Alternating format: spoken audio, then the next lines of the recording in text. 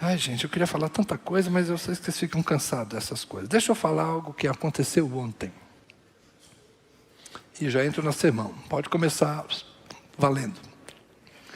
Então, eu estava escrevendo sobre a trilha ontem, e à medida que eu fui escrevendo, eu fui preparar o gancho para o outro encontro. E o gancho para o outro encontro tem a ver com o nosso logotipo, com essa nossa ideia de adoração, comunhão, evangelização e serviço, diaconia e proclamação.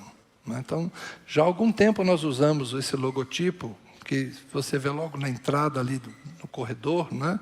Aqui nessa parede, lá na entrada no hall, na rampa de acesso, você vê um formato lá de 4 setas. Isso tem um significado. Já há muito tempo nós nos orientamos pensando nessas 4 áreas de atuação: adoração, comunhão, responsabilidade social, que a gente chama também de diaconia, de serviço, e a evangelização. Então, o eixo vertical e o eixo horizontal. E eu fui reescrever. À medida que eu estou reescrevendo o parágrafo, eu comecei o subtítulo era O que fazemos? O que fazemos? E como eu comecei a escrever, fazemos adoração, fazemos comunhão, fazemos evangelização, proclamação e fazemos diaconia, serviço. A mente do pastor de vocês não é fácil, ela está sempre se reinventando. A gente não faz adoração, a gente não faz comunhão. Isso não tem a ver com aquilo que a gente faz. Adoração, comunhão, tem a ver com aquilo que a gente é. Tem a ver com a nossa essência.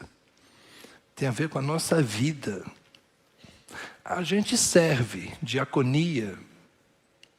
A gente evangeliza, proclama, faz discípulos, ensina. Mas adoração e comunhão é estilo de vida. Lembra dessa frase? Marquinhos gostava dela. Adoração é estilo de vida. Comunhão é estilo de vida. A gente vive em comunidade. E então, como é que eu vou lidar com esse tema hoje, né? Adoração e comunhão. Hoje eu vou falar um pouco mais de adoração, tá bem? E não vou dizer que a ideia está finalizada na minha cabeça, mas ela está queimando no coração. E é bom quando a gente fala daquilo que o coração está cheio. Então eu quero pensar um pouquinho com vocês sobre o que é adoração. Né? Adoração é um estilo de vida, por quê? Porque adoração é a maneira como nós nos relacionamos com Deus. Adoração é o relacionamento com Deus. E comunhão é o relacionamento de uns com os outros. Ademar de Campos tinha uma antiga canção: comunhão e adoração é o que Deus reservou para nós. A alegria está nesse lugar, né? Neste lugar. Então eu quero falar do templo e do culto, que é onde a gente mais exercita a adoração. Porque a gente associa muito a adoração a culto. A gente associa naturalmente a adoração a louvor. A gente associa a adoração ao serviço, aliás, é isso que significa realmente adoração, a latreia, o serviço que se presta a Deus. Os gregos faziam isso aos deuses. Então, o que é latreia? De onde vem idolatria? Não é? Aquilo que você faz aos deuses. No nosso caso, somos monoteístas, o que fazemos ao nosso Deus. Então nós prestamos culto a Deus. Nós nos relacionamos com Deus de uma forma cultica, litúrgica. A palavra liturgia também tem a ver com isso, o serviço que fazemos a Deus. E o que é servir a Deus? É complicado esse negócio, mas vamos lá, vamos começar aqui por Paulo. Paulo, no discurso em Atenas, Atos capítulo 17, ele está falando a um auditório grego e usa termos filosóficos. Atos 17, 24, olha que lindas as expressões de Paulo. O Deus que fez o mundo e tudo que nele existe, sendo Ele Senhor do céu e da terra, não habita em santuários feitos por mãos humanas. Isso aqui escrevem direto lá nos comentários dos meus posts, né? Toda hora alguém diz, isso aí, Deus não habita em templo, Deus não habita em templo. Quem te disse que Deus não habita em templo? Bora lá. Deus não habita em santuários feitos por mãos humanas. Tá daqui que vem essa ideia, né? Paulo está dizendo. Nem é servido por mãos humanas. O que nós estamos fazendo aqui? Quantas vezes eu falei, você serve a Deus?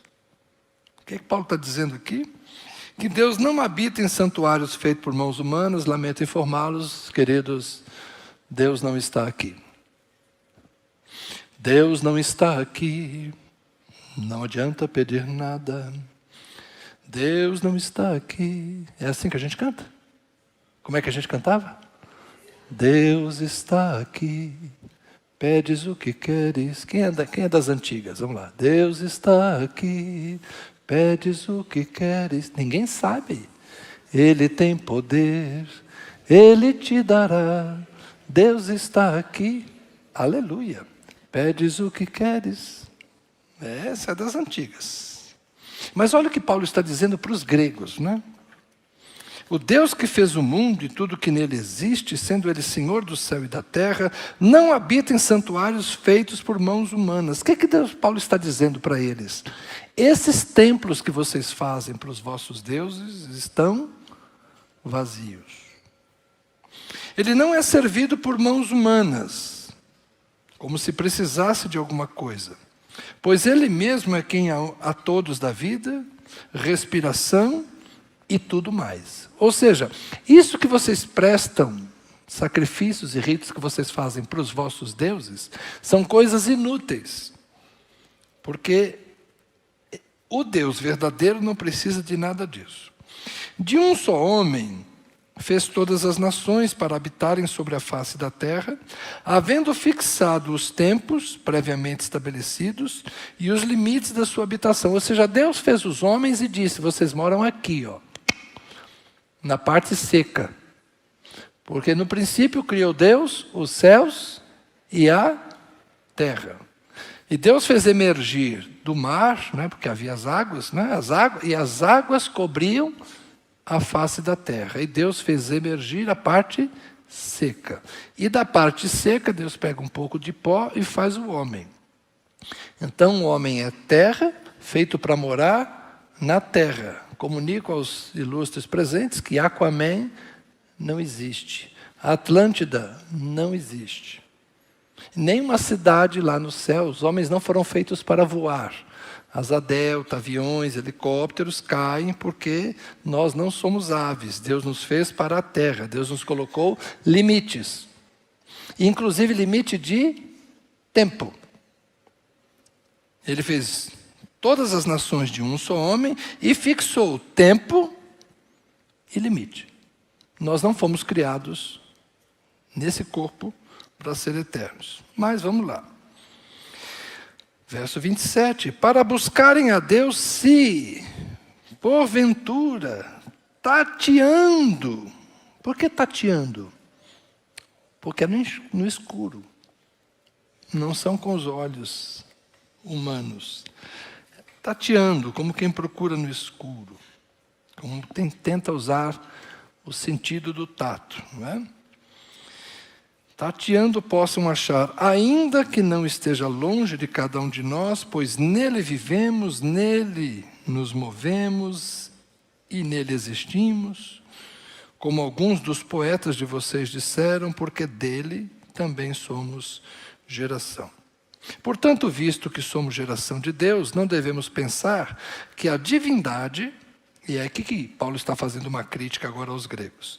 Não devemos pensar que a divindade é semelhante ao ouro, à prata ou à pedra, trabalhados pela arte e pela imaginação do homem. Deus não levou em conta os tempos da ignorância, mas agora Ele ordena a todas as pessoas, em todos os lugares, que se arrependam. Ou seja, durante muito tempo vocês fizeram templos, fizeram sacrifícios e construíram ídolos e chamaram isso de Deus. Mas o Deus verdadeiro, Criador dos céus e da terra, não leva em conta esse tempo da ignorância que vocês viveram, procurando como que, tateando no escuro, encontrar-se com Ele. E Deus agora o chama ao arrependimento. Deus agora dá a vocês a oportunidade de mudarem de mente. Verso 31, porque Deus estabeleceu um dia em que julgará o mundo com justiça por meio de um homem que escolheu. E deu certeza disso a todos, ressuscitando dentre os mortos. Ele entra agora com Jesus. Então, o que ele está dizendo aos gregos?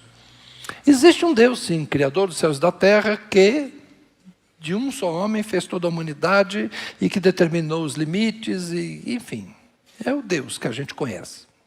E esse Deus que a gente conhece, ele estava oculto aos povos da antiguidade, por falta de revelação, por falta de conhecimento, por falta de manifestação. Mas então os homens se enveredaram no caminho da idolatria e criando seus próprios deuses. E o que Paulo está dizendo, agora eu venho comunicar a vocês que o Deus verdadeiro se manifestou. É a nossa conversa da semana passada. O Verbo se fez carne e habitou entre nós, cheio de graça e de verdade, e vimos a sua glória, glória do unigênito do Pai. Não há ninguém que revele a Deus de forma mais perfeita que não Jesus Cristo, nosso Senhor. Quem quer conhecer a Deus, conheça Jesus, é por meio dele que a gente chega a Deus. Ok.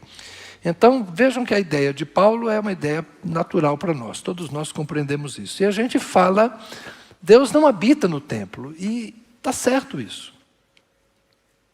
Se Deus não habita no templo, para quem é o templo? E aí? O que vocês acham? Para quem é o templo? Hein? Para quem é o templo, gente? For us. Para nós. O templo não é para Deus. Isso aqui foi construído para nós. Para que a gente não vá tudo na casa do Gildásio. Né, Gildásio? Nem cabe. Vamos tudo na casa do Wesley. Também não cabe. Vamos na casa do Jonatas Juliana. Não cabe.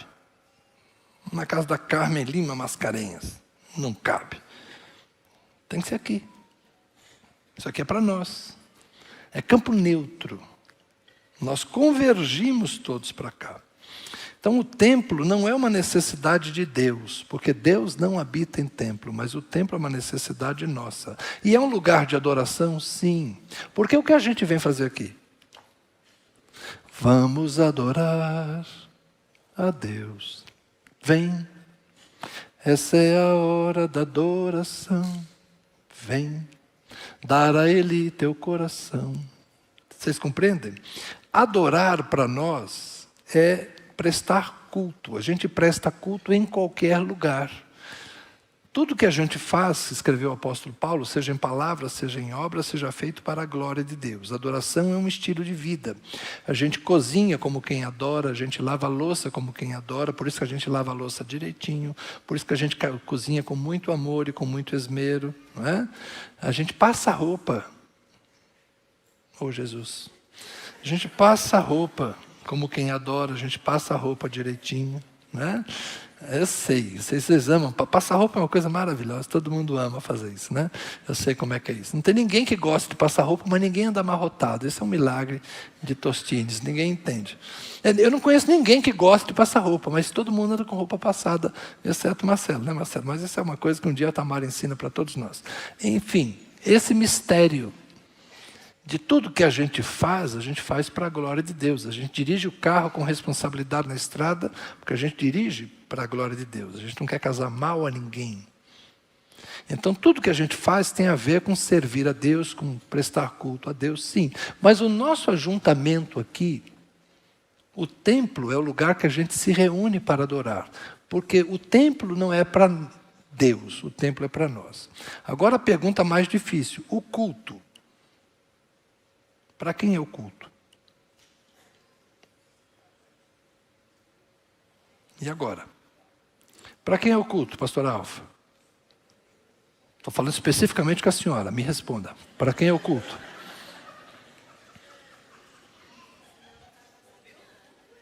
Seu culto é para Deus.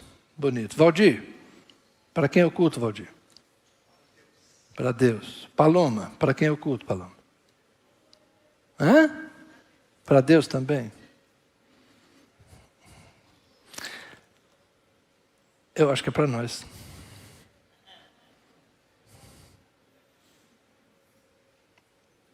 Deus não precisa de culto.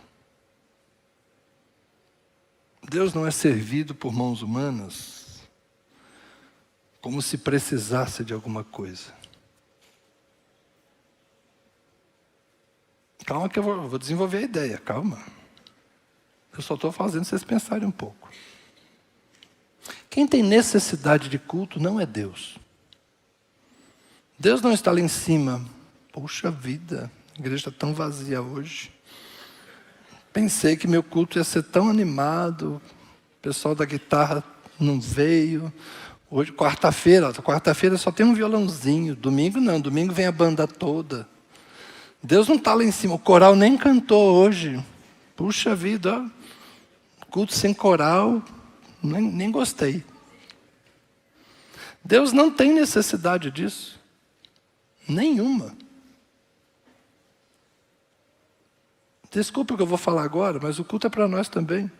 É lógico que eu sei que nós estamos prestando culto a Deus. Eu não sou ignorante.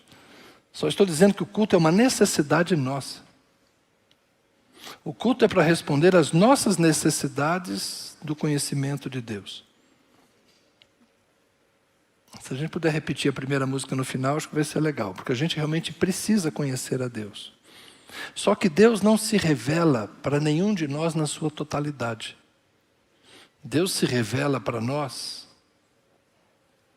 parcialmente e pessoalmente. Eu só consigo compreender Deus em alguns aspectos poucos que a minha mente foi capaz de perceber. Mas quando eu me junto com mais 3 ou 4 que têm diferentes percepções e eles falam para mim o que eles veem, e eles falam do Deus que eles conhecem, e a gente começa a enxergar de diferentes pontos. É como esse arranjo de flores. Eu estou vendo uma flor, você está vendo outra, você está vendo outra, você está vendo outra. Nenhum de nós está vendo o arranjo todo. Porque nenhum de nós tem a capacidade do 360. Então nenhum de nós enxerga Deus por completo, nenhum de nós conhece Deus por completo. Mas a gente vem para prestar culto a esse Deus que enche todas as coisas, e que criou todas as coisas, e como eu, com a minha mente pequena, quero compreender esse Deus, assimilar esse Deus, imergir nesse Deus. Como eu quero me encher desse Deus? E me encher dele não é difícil, porque ele é tão grande que eu encho rapidinho. Mas como é que eu posso alcançar as profundezas, a intimidade com Deus sozinho? Deus sempre trabalhou com coletividade, com povo.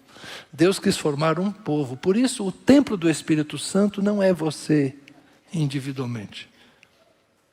A Bíblia não diz que você é templo do Espírito Santo. A Bíblia diz que nós somos o templo do Espírito Santo. Deus habita em nós. Deus não cabe em nenhum de nós. Mas Deus cabe em todos nós. Quando nós estamos juntos. Quando vocês se reúnem, escreve Paulo, um tem salmo, outro tem testemunho, outro tem doutrina.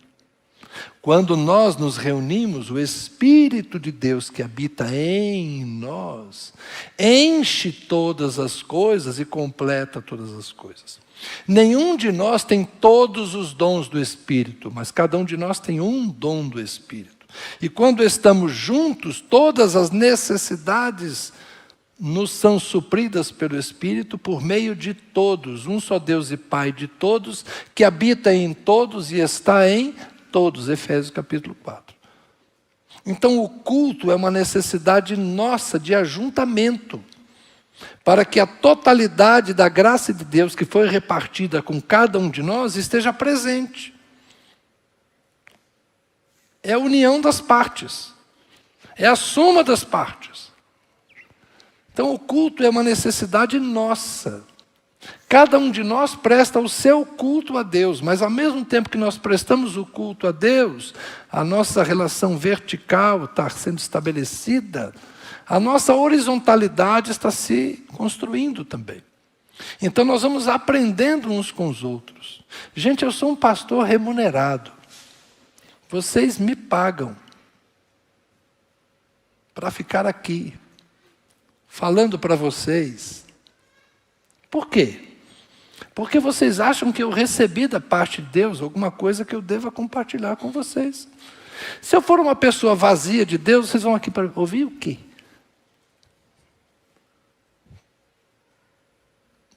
Eu sou uma pessoa mantida por essa congregação há muitos anos, para ocupar não só esse púlpito, mas outras atividades que de alguma forma contribuem para a nossa coletividade.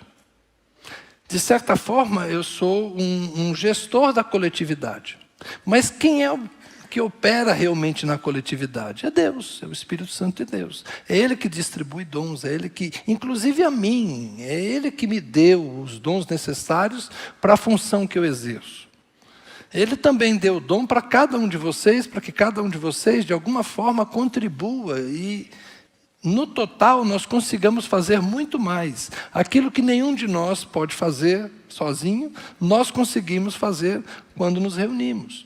Então, o culto e o templo são uma necessidade nossa. Por que a gente vem ao templo? Para cultuarmos juntos. E por que a gente cultua? Para a gente compreender a grandeza de Deus, e a glória de Deus, e a graça de Deus, quando estamos juntos. Eu não sei você, mas eu quando eu escuto o louvor, eu sou muito edificado. Eu sou muito agradecido a Deus pelas pessoas que cantam e tocam. Eu sou agradecido a Deus pelos compositores. Há canções que nos ensinam tanto. Mas como é que você vai aprender as canções se você não vier? Há orações que nos edificam, há orações que nos transformam. Há palavras ditas às vezes sem muita pretensão, nem é uma pregação, às vezes é só uma breve reflexão, um testemunho. Mas quantas coisas que nos impactaram na vida nos foram dadas assim, no momento quando estávamos juntos. Muita coisa acontece na individualidade. Quem tem tempo de oração com Deus, quem tem tempo de estudo, de reflexão, vai dizer que teve muitas manifestações de Deus. As melhores canções, às vezes, são compostas por alguém sentado lá no seu piano, no seu violão. Isso vale para hinos e vale para outras, para as músicas não religiosas. Mas muitas vezes nasce na experiência da coletividade. Estão ali no ensaio, estão em oração, e um começa a falar e outro começa a cantar, e muitas canções nasceram assim, de momentos de adoração comunitária. Lembra quando a gente ficava 12 horas aqui na igreja, cantando e orando? Quantas coisas nasciam nesse ambiente da coletividade. Então o templo não é para Deus, realmente o templo é para nós. E o culto é para Deus, mas também é para nós. Também é para nós. E eu queria que você valorizasse cada culto. Porque quem vem pregar aqui se prepara para fazê-lo. Quem vem cantar aqui se prepara para fazê-lo. Tem pessoas que trabalham a semana toda para manter isso aqui limpo, para quando você chegar, está legal. A gente tem gente que trabalha lá, ali, aqui, acolá, tem gente na recepção, tem cantina, tem um monte de coisa. Para isso aqui funcionar, muita gente trabalha. E eu queria que você valorizasse isso. Eu pediria, aliás, que você valorizasse isso. Que você não desprezasse o trabalho de tanta gente, para a gente ter esse ambiente comum. para ter esse lugar que é de todos nós e para termos esse momento que nós chamamos de culto, que é um momento de todos nós. É um momento nosso. Tem gente que vai para um estádio ver uma partida de futebol. Já pensou, gente? O pessoal do Flamengo que foi lá para Dubai.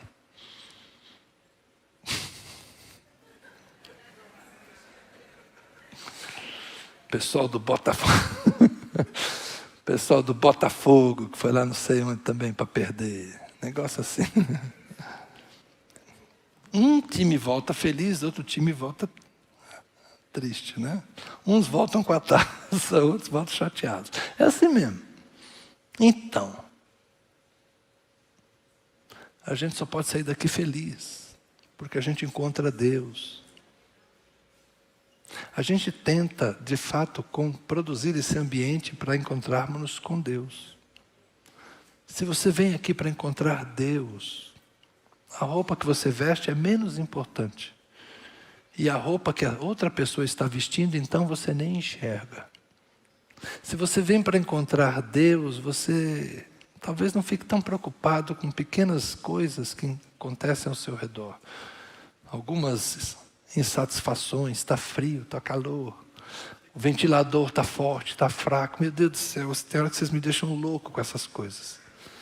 Eu sou o gerente desse negócio aqui, tem hora que eu fico meio doido. Mas quando você vem para encontrar Deus e você senta nessa cadeira, ou você fica de pé e fecha os seus olhos, e deixa que as canções te falem, e deixa que o seu coração flua em oração, e você presta atenção naquilo que alguém está dizendo aqui, e tenta assimilar aquilo que é para você, e você volta para casa dizendo assim: hoje eu alimentei meu coração, hoje eu alimentei a minha fé, hoje eu exercitei o meu amor. Hoje eu renovei a minha esperança. Porque a gente vem para o culto para isso. Para renovar a esperança. O mundo tem jeito. Se chama Jesus. A gente vem para cá para exercitar o amor. Assim, é aquela música, né? Eu não sou perfeito. Mas como é que é a outra frase? Eu não sou perfeito, mas... Você que cantou aqui. Eu não sou perfeito... Mas é o que eu tenho, é mais ou menos assim, eu não sou perfeito, mas é o que eu tenho, Jesus, aceita aí. Né? Se você vier para o culto, para encontrar o Senhor, e você deixar seu coração realmente fluir em adoração, e desfrutar cada abraço, cada sorriso, cada oportunidade de conhecer alguém, de servir alguém, de ajudar alguém, a oportunidade de ser gentil, de ceder o lugar, de facilitar a passagem. Se você transformar essas 2 horas que a gente fica aqui em um momento de fé, de contemplação, de adoração, você vai saber que o Deus que fez o mundo, Ele não precisa de nada disso. Mas eu e você precisamos. A gente precisa. A brasa apartada na churrasqueira se apaga. Nós precisamos uns dos outros. A gente tem que andar mais juntos. A gente tem que estar mais perto. A gente tem que se esforçar um pouco mais para que o templo do Espírito que somos nós esteja mais cheio do Espírito. E a gente se enche do Espírito. Finalizo citando mais uma vez Paulo. Falando entre vocês com salmos, hinos e cânticos espirituais. Assim seremos cheios do Espírito. Falando entre vós. Que a gente possa valorizar mais os nossos cultos, valorizar o nosso templo, valorizar as pessoas que servem, porque essa é uma forma da gente dizer: obrigado, Deus. O Senhor está no céu, mas o Senhor está aqui também com a gente. Amém? Eu ia explicar um monte de coisas sobre o templo do Antigo Testamento. Talvez um dia eu explique, mas eu acho que hoje já deu. Amém? Pessoal da música, vem cá. Vamos repetir. Pode ser a primeira? Acho que vale a pena repetir a primeira. Vamos orar? Fica de pé, por favor.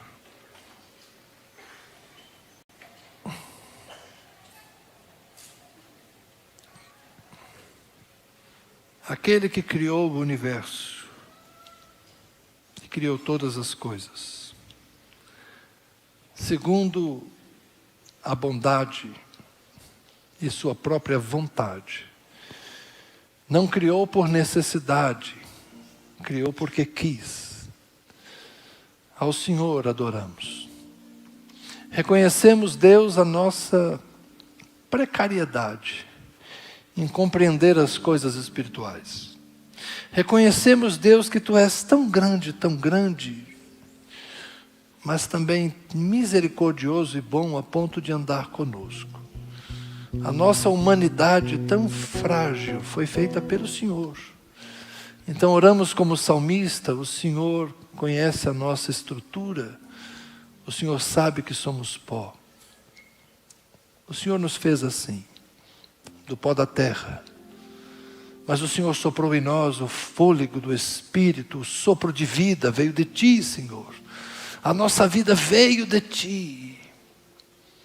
A nossa vida não veio apenas dos nossos pais, mas a nossa vida veio do primeiro homem, da primeira mulher, que foram criados pelo Senhor. E é daí que vem a nossa vida vem de Ti, Senhor. Vem do Teu querer, vem da Tua vontade, vem dos Teus propósitos eternos que nós não somos capazes de compreender. E é a nossa vida simples, curta, efêmera, frágil, que nós queremos devolver ao Senhor. E é por isso que Te adoramos, Senhor. Porque reconhecemos que a vida nunca foi nossa. A vida é Tua. O corpo não é nosso. O corpo é Teu. Nosso dinheiro não é nosso. Nossa casa não é nossa. Meus filhos não são meus, Senhor. Meus netos não são meus. Esse pastorado não é meu. Esse povo não é meu, Senhor. Eu não sou meu. Tudo é Teu. Tudo é para a Tua glória. Tudo é para o Teu louvor. Apenas trazemos de volta aquilo que sempre foi Teu, Senhor. Os céus dos céus não Te podem conter. Então não é esse templo, Senhor, que construímos para nós, que é a Tua habitação. Mas o nosso coração, Senhor. Nós, enquanto povo, enquanto corpo de Cristo, comprados pelo sangue do Cordeiro, como hoje rememoramos, resgatados do império das trevas e trazidos para o reino do Filho amado, tirados da morte para a vida, chamados da ignorância para o conhecimento, das trevas para a luz. É em nós, Senhor, que habita o Espírito de Cristo. Nós só trazemos esse corpo vivificado pelo Espírito de Cristo para servir ao Senhor e em novidade de vida. Por isso que é em santidade que nós nos apresentamos. É em santidade, Senhor, que vivemos esse novo dia que o Senhor nos deu para conhecer o Teu amor. Obrigado, Senhor, porque cantamos todas estas coisas, mas faze com que elas entrem no nosso coração. Faze com que a gente compreenda, Senhor, que não é o lugar, mas é o Senhor. Que não somos nós, mas é o Senhor em nós. E é conosco que habitas.